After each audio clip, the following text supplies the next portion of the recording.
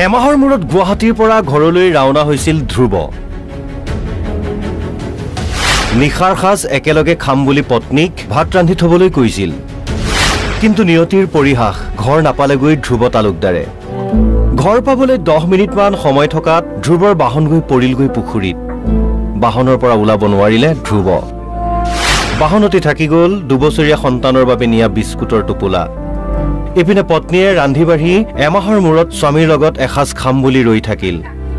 আনফালে পুখুৰীত বাহনৰ ভিতৰত পৰি ৰ'ল ধ্ৰুৱৰ মৃতদেহ। নিশা হোৱা হেতুকে দুৰ্ঘটনাৰ কথা কোনোৱেই গম নাপালে। পুৱাহে ৰাইজে ধ্ৰুৱৰ বাহন দেখিবলৈ পালে আৰু তাৰ পাছতে লাগে হাহাকাৰ। ধ্ৰুৱ তালুকদাৰে গুৱাহাটীৰ চানমাৰীত দোকান দি পৰিয়ালটো চলাই আছিল।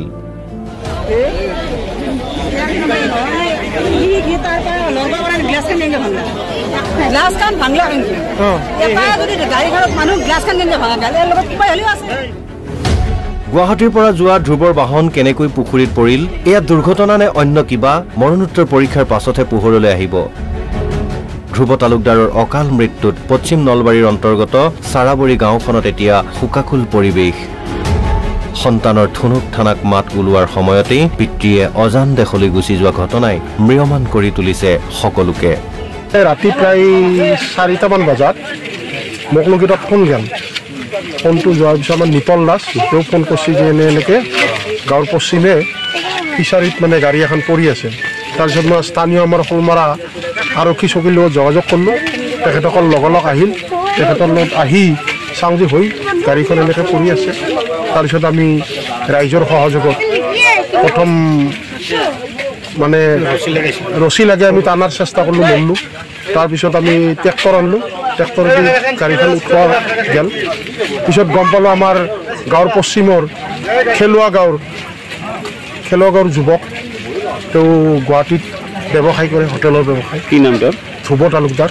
এই দুৰ্ঘটনা আগতে ঘটিছিল, দুটা মৃতদেহ ওলাইছিল, আগতে এজন মহিলা আৰু এজন চাৰাবুৰীত আছিল গোবিন্দ কৃষ্ণ। এইটো এক্সিডেণ্ট যেনে লাগে।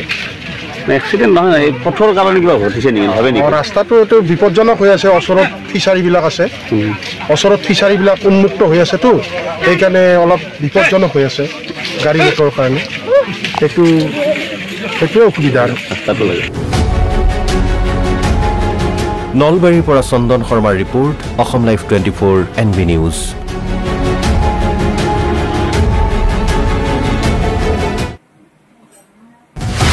এমাহৰ মূৰত গুৱাহাটীৰ পৰা ঘৰলৈ ৰাওনা হৈছিল ধ্ৰুৱ।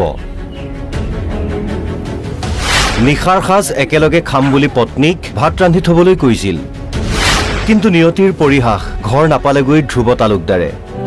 ঘৰ পাবলৈ 10 মিনিটমান সময় থকাত ধ্ৰুৱৰ বাহন গৈ পৰিলগৈ পুখুৰীত। বাহনৰ পৰা ওলাব নোৱাৰিলে ধ্ৰুৱ। বাহনতে থাকি গ'ল 2 বছৰীয়া সন্তানৰ বাবে নিয়া বিস্কুটৰ টোপোলা। এপিনে পত্নীয়ে ৰান্ধি বাঢ়ি এমাহৰ মূৰত স্বামীৰ লগত এসাজ খাম বুলি ৰৈ থাকিল। আনফালে পুখুৰীত বাহনৰ ভিতৰত পৰি ৰ'ল ধ্ৰুৱৰ মৃতদেহ। নিশা হোৱা হেতুকে দুৰ্ঘটনাৰ কথা কোনোৱেই গম নাপালে। পুৱাহে ৰাইজে ধ্ৰুৱৰ বাহন দেখিবলৈ পালে আৰু তাৰ পাছতে লাগে হাহাকাৰ। ধ্ৰুৱ তালুকদাৰে গুৱাহাটীৰ চানমাৰীত দোকান দি পৰিয়ালটো চলাই আছিল।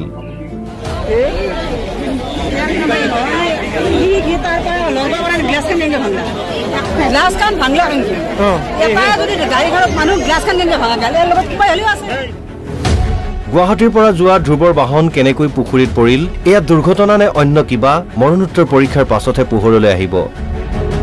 ধ্ৰুৱ তালুকদাৰৰ অকাল মৃত্যুত পশ্চিম নলবাৰীৰ অন্তৰ্গত চাৰাবৰী গাঁওখনত এতিয়া শোকাকুল পৰিৱেশ। সন্তানৰ থুনুক থানাক মাত ওলোৱাৰ সময়তেই পিতৃয়ে অজান দেশলৈ গুচি যোৱা ঘটনাই ম্ৰিয়মান কৰি তুলিছে সকলোকে। ৰাতি প্ৰায় 4টামান বজাত মোক লগিত ফোন গেল। ফোনটো যোৱাৰ পিছত আমাৰ নিপল দাস তেওঁ ফোন কৰিছে যে এনেকৈ গাঁৱৰ পশ্চিমে ফিচাৰীত মানে গাড়ী এখন পৰি আছে। তাৰপিছত মই স্থানীয় আমাৰ শোলমাৰা আৰক্ষী চকীৰ লগত যোগাযোগ কৰিলোঁ। তেখেতসকল লগালগ আহিল। তেখেতৰ লগত আহি চাওঁ যে হৈ গাড়ীখন এনেকৈ পৰি আছে। তাৰপিছত আমি ৰাইজৰ সহযোগত প্ৰথম মানে ৰছী লাগে আমি টানাৰ চেষ্টা কৰিলোঁ, মৰিলোঁ। তাৰপিছত আমি ট্ৰেক্টৰ আনিলোঁ। ট্ৰেক্টৰেদি গাড়ীখন উঠোৱা গেল। পিছত গম পালোঁ আমাৰ গাঁৱৰ পশ্চিমৰ খেলুৱা গাঁৱৰ যুৱক, তেওঁ গুৱাহাটীত ব্যৱসায় কৰে, হোটেলৰ ব্যৱসায়। কি নাম তেওঁৰ? ধ্ৰুৱ তালুকদাৰ। এই দুৰ্ঘটনা আগতে ঘটিছিল, দুটা মৃতদেহ ওলাইছিল আগতে, এজন মহিলা আৰু এজন চাৰাপুৰীত আছিল গোবিন্দ গোস্বামী। এইটো এক্সিডেণ্ট যেনে লাগে। এক্সিডেণ্ট নহয়, এই পথৰ কাৰণে কিবা ঘটিছে নেকি, ভাবে নেকি? ৰাস্তাটো এইটো বিপদজনক হৈ আছে, ওচৰত ফিচাৰীবিলাক আছে, ওচৰত ফিচাৰীবিলাক উন্মুক্ত হৈ আছেতো, সেইকাৰণে অলপ বিপদজনক হৈ আছে গাড়ী মটৰৰ কাৰণে। সেইটোৱে অসুবিধা আৰু ৰাস্তাটো লাগে। নলবাৰীৰ পৰা চন্দন শৰ্মাৰ report, Assam live 24 NB news.